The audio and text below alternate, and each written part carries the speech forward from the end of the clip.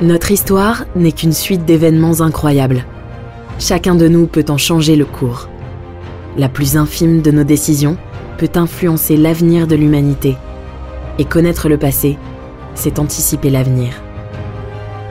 Vous écoutez L'effet papillon, quand l'histoire bascule, Sekigahara, la bataille des samouraïs.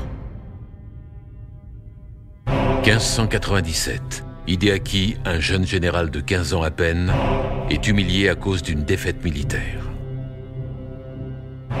21 octobre 1600, au cœur d'une bataille indécise, le général Ieyasu ordonne de tirer vers un ennemi qui lui offre son aide inattendue. 3 ans plus tard, Ieyasu devient shogun, le leader incontesté de tout le peuple japonais. Ces 3 événements intimement liés vont aboutir à l'unité du Japon et à 2 siècles et demi de paix civile.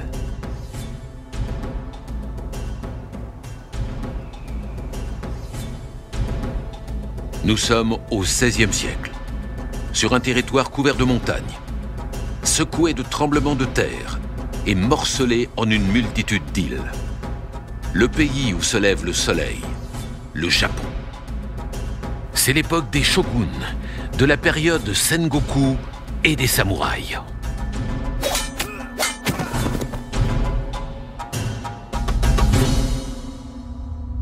À cette époque, le Japon est une civilisation majeure. Plus de 10 millions d'habitants vivent sur les 3 îles principales, Honshu, Kyushu et Shikoku.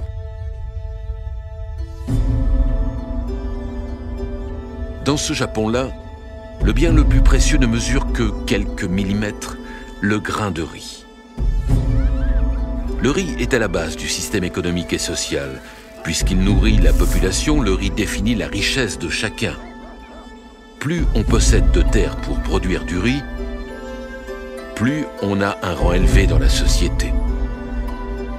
Ainsi, posséder beaucoup de terres assure un grand pouvoir. C'est le cas de ceux qu'on appelle les daimyo, des seigneurs locaux possédant leurs châteaux et leurs propres armées. La majorité des terres du pays leur appartient. Ils sont donc très puissants. Dans cette organisation politique, l'empereur n'a qu'un rôle symbolique, celui de guide spirituel de la nation. Le pouvoir réel est entre les mains du shogun, sorte de général suprême à qui tout le monde doit obéissance.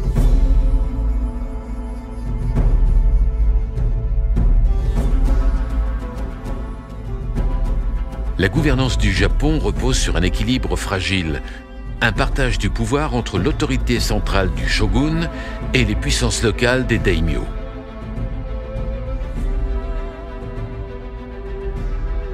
Ces 2 parties sont soutenues par la dernière pièce de l'échiquier social japonais, une classe militaire constituée de professionnels de la guerre, les redoutables samouraïs.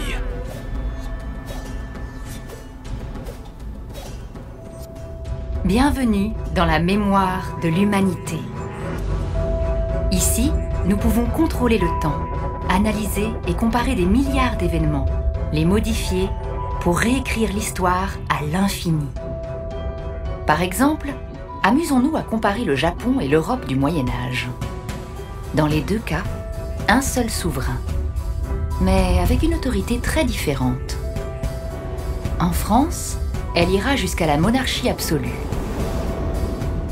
Au Japon, l'empereur n'a qu'un rôle de représentation. Des 2 côtés, le pouvoir repose sur la possession de terres. Mais alors qu'il s'organise autour des liens de parenté en Europe, le pouvoir s'organise autour des clans au Japon. Au Japon, les armes de siège sont très peu développées. Du coup, les châteaux sont très souvent en bois, contrairement aux châteaux européens construits en pierre. Chevaliers et samouraïs possèdent de nombreux points communs. Ils portent une armure, montent à cheval et ne vivent que pour le combat. Fidèles à un seigneur, ils obéissent rigoureusement à un code d'honneur. Porter l'épée ou le katana est un honneur. Différence de taille, le rapport à la mort. Un samouraï ne peut vivre avec le poids du déshonneur et en cas d'échec, il choisira de se suicider. Au Japon comme en Europe, l'exercice du pouvoir est une question d'équilibre des forces entre pouvoir central et seigneurs locaux. Parfois, cet équilibre peut se rompre. Les pays tombent alors dans le chaos.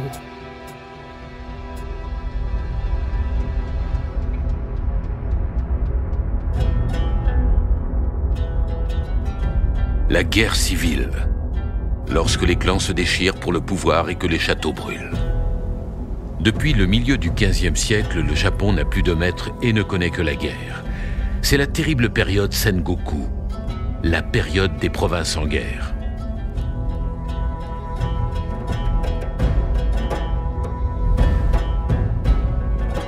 Conflits et trahisons sont alors monnaie courante, y compris au sein des clans. Sans un puissant shogun pour diriger le Japon, les chefs de guerre en profitent et s'affrontent pour la suprématie. Finalement, l'un des chefs de guerre réussit à arrêter cette folie. Il ramène tout le monde à la raison et devient chef du gouvernement. Mais la paix est une chose ennuyeuse pour les armées. Après un siècle de lutte intestine, elles sont assoiffées de guerre. Pour éviter qu'ils ne se battent à l'intérieur du pays, on envoie les guerriers samouraïs s'occuper à l'étranger. Le Japon décide alors d'envahir un ennemi héréditaire, la Corée. C'est alors qu'entrent en scène 3 acteurs majeurs de notre histoire. L'invasion de la Corée se révèle un échec retentissant. Les commandants tombent en disgrâce, et spécialement le jeune Hideaki. Inexpérimenté, le jeune commandant est victime des manœuvres politiques de l'opportuniste Mitsunari. Ce dernier, meilleur administrateur que commandant militaire, n'hésite pas à jouer toutes les cartes en sa possession pour arriver à ses fins.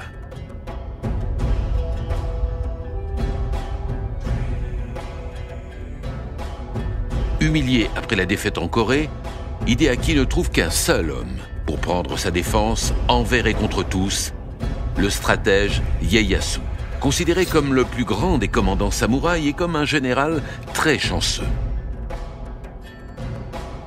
Mitsunari et Ieyasu n'ont pas beaucoup d'estime l'un pour l'autre, mais ils ont un point commun, leur ambition, qui ne va pas tarder à éclater au grand jour. Tombé malade, le chef du gouvernement qui maintenait l'unité du pays d'une main de fer depuis de longues années meurt. Son fils, encore trop jeune pour gouverner, ne peut empêcher les intrigues politiques et les manœuvres militaires. La lutte pour le pouvoir commence. Mitsunari se déclare le protecteur du jeune héritier. Mais Ieyasu n'est pas dupe. Il décide de se révolter. Pour tous les seigneurs du Japon, l'heure du choix est venue. Rester fidèle au pouvoir et suivre Mitsunari, ou rejoindre la rébellion de Ieyasu. Le pays se déchire à nouveau.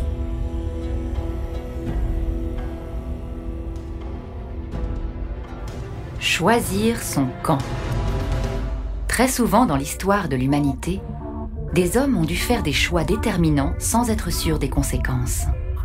Dans ce Japon médiéval, faut-il se ranger derrière Mitsunari parce qu'il représente la continuité du pouvoir et la légitimité? Ou faut-il soutenir l'opposant au pouvoir Ieyasu parce qu'il est plus charismatique et plus compétent?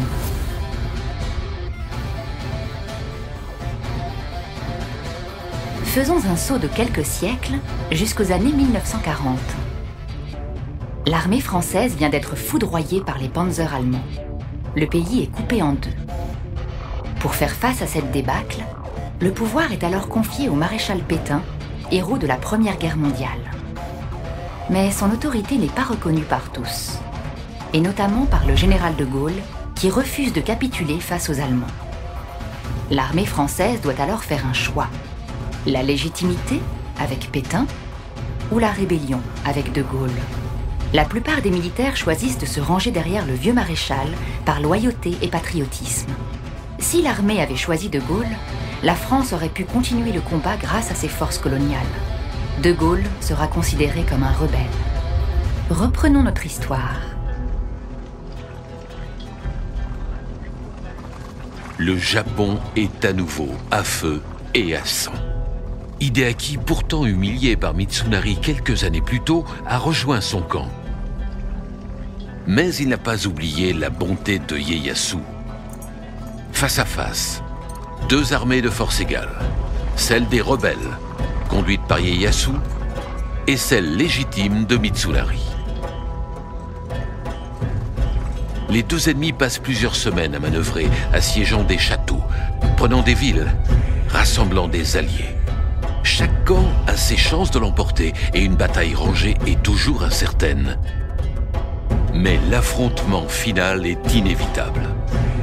Il aura lieu dans une vallée encaissée, au village de Sekigahara. Arrivé le premier, Mitsunari a positionné ses troupes sur les hauteurs. Sa tactique est simple, attendre sur un terrain favorable l'attaque de Ieyasu. Ensuite, il contre-attaquera le rebelle sur son flanc avec l'appui du jeune Hideaki. La pluie tombe toute la nuit sur le champ de bataille. Le sol est détrempé. Épuisés, les soldats de Ieyasu prennent leur position dans l'obscurité au cœur de la vallée.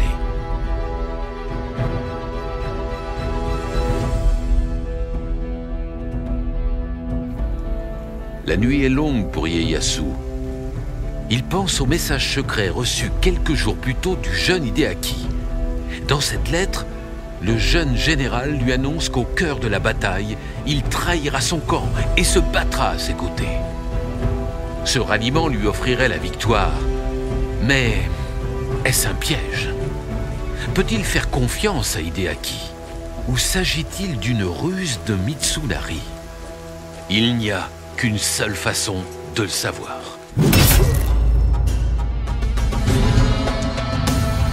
Le choc est titanesque, les combats sans pitié, les duels héroïques et la bataille incertaine. Aucune armée n'arrive à dominer l'autre. Les forces de Ieyasu commencent à faiblir. C'est alors que le jeune Hideaki reçoit l'ordre de charger le flanc des rebelles. Cette attaque doit offrir la victoire aux loyalistes. Mais Hideaki ne bouge pas d'un pouce. Ses 15 000 hommes non plus. Le jeune chef a l'avenir du Japon entre les mains. Il est face à un choix terrible. Doit-il suivre sa raison et soutenir Mitsunari, l'homme qu'il a autrefois humilié? Ou doit-il écouter son cœur et rejoindre Ieyasu, l'homme qui l'a toujours soutenu? Dans chaque camp, les généraux en chef attendent le verdict du jeune homme. Mais Ieyasu n'est pas homme à subir sans rien faire. Il décide de forcer le destin. Il ordonne à ses hommes de tirer sur les troupes du jeune Hideaki. Que ce soit pour lui ou contre lui, le jeune homme doit choisir. Manœuvre insensée, mais qui fonctionne. Plutôt que de riposter, le jeune général comprend le message. N'écoutant que son cœur, il se retourne contre les troupes de Mitsunari, les charge et décide ainsi de l'avenir du Japon. Nous venons d'arriver à un point de divergence. Un point de divergence est un événement clé, un carrefour dans notre histoire, où le monde bascule d'un côté ou de l'autre. Ieyasu remporte de justesse le combat grâce à la trahison de dernière minute du jeune Hideaki. Pour le forcer à choisir, il ordonne à ses troupes de tirer dans sa direction. Mais il aurait pu obtenir l'effet inverse et perdre la bataille. Qu'aurait-il pu se passer si Mitsunari était sorti vainqueur? Mitsunari n'était pas très apprécié, ni de ses hommes, ni de ses alliés. La paix n'aurait pas tenu, et le Japon aurait replongé dans la guerre civile. Les guerres perpétuelles auraient fragilisé le pays. Les famines auraient entraîné une chute de la démographie. Personne n'aurait pu s'opposer aux colons européens, et le Japon aurait pu connaître le même sort que Singapour, l'Indonésie ou Hong Kong, devenir une colonie anglaise. Les Japonais n'auraient donc pas attaqué les Américains à Pearl Harbor en 1941.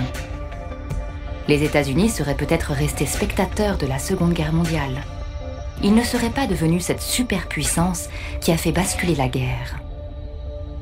Le Pacifique serait devenu anglais.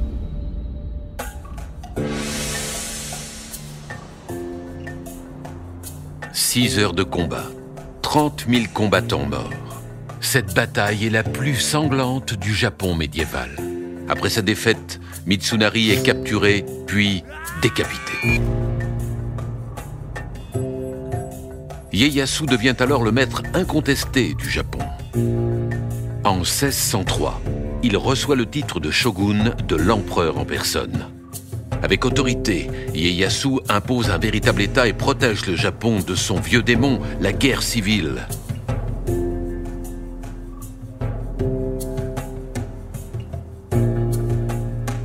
Pour limiter le pouvoir des seigneurs locaux, il ordonne la destruction de nombreux châteaux. Pour mieux contrôler les seigneurs, il leur ordonne de résider régulièrement dans sa ville, Edo, la nouvelle capitale qui sera rebaptisée Tokyo en 1868. Parallèlement, les frontières sont renforcées. Les mines et le commerce extérieur passent sous son contrôle direct. L'accent est mis sur le développement urbain et agricole. Après avoir illégitimement pris le pouvoir, Ieyasu va offrir au Japon 250 ans de paix et de développement. C'est une nouvelle ère qui s'ouvre pour le Japon, l'ère Edo. Les vainqueurs font l'histoire. En tant que fondateur d'un régime qui a connu 250 ans de paix, Ieyasu a naturellement été glorifié. Mais qu'en aurait-il été s'il avait perdu? Son nom aurait été associé à celui de traître. Son clan aurait été déshonoré. Revenons 1600 ans en arrière. César, alors simple général, fait un choix similaire. Il entre dans l'illégalité en marchant sur Rome avec ses légions pour prendre le pouvoir. En cas de défaite, c'est le déshonneur et la mort assurée.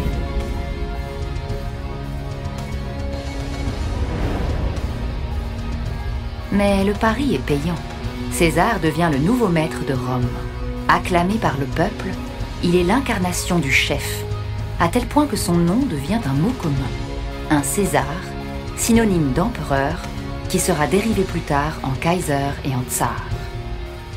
Trajectoire différente pour Auguste, le successeur de César.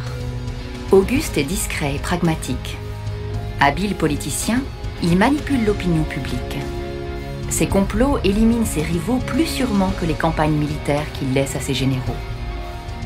Son règne de 40 ans fait d'une république un empire. Mais Auguste ne sera jamais aimé comme l'a été César. La réalité historique est souvent plus complexe qu'elle n'en a l'air, y compris dans le Japon radieux de l'ère Edo.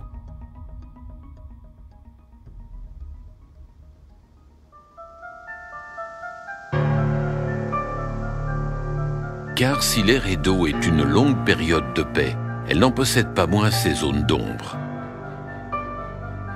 50 ans avant la bataille de Sekigahara, un navire portugais a accosté pour la première fois au Japon. Il a apporté avec lui les armes à feu et le christianisme. Quelques années plus tard, l'arquebuse est devenu incontournable sur un champ de bataille. Et 300 000 Japonais sont désormais chrétiens.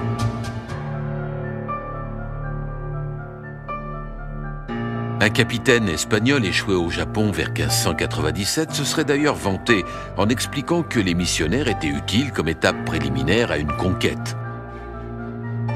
Après avoir été bienveillant à l'égard du christianisme, Ieyasu finit par l'interdire et persécute ceux qui tentent de résister. Tous les Européens sont ensuite interdits de séjour. Les Japonais eux-mêmes n'ont plus le droit de quitter l'archipel. Le commerce extérieur est interdit, toute désobéissance est sévèrement punie. Le Japon se replie sur lui-même et entre dans une longue période d'isolationnisme. Il n'en sortira que contraint et forcé 2 siècles plus tard. En juillet 1853, 4 navires de guerre américains entrent dans le port de Tokyo et imposent à l'empereur de libérer le commerce. Le Japon s'ouvre alors brutalement au reste du monde. Mais ceci est une autre histoire. L'histoire n'est ni noire ni blanche. Elle est grise. L'ère Edo est une longue période de paix civile et de développement, mais aussi de repli sur soi et d'isolationnisme. Elle a pour initiateur un homme ambitieux qui a conquis le pouvoir par la force, mais qu'il a ensuite exercé avec sagesse. Il est du coup très compliqué de savoir si son action a été positive ou négative. Ceci est loin d'être un cas isolé dans l'histoire de l'humanité. Alexandre le Grand a voulu construire un empire universel où tous les peuples auraient été égaux, mais il a fait raser les villes de Thèbes et de Persépolis. César a redistribué des terres agricoles au peuple et propulsé la République romaine au stade d'empire, mais il a pour cela plongé son pays dans une terrible guerre civile. Napoléon a mis fin à la terreur de la Révolution française, mais ces guerres ont ravagé l'Europe. Staline a su fédérer le peuple russe et vaincre les nazis, mais au prix de millions de morts. Les États-Unis d'Amérique sont pour le monde entier le symbole de la liberté, mais restent à ce jour le seul pays ayant utilisé une bombe nucléaire contre des civils.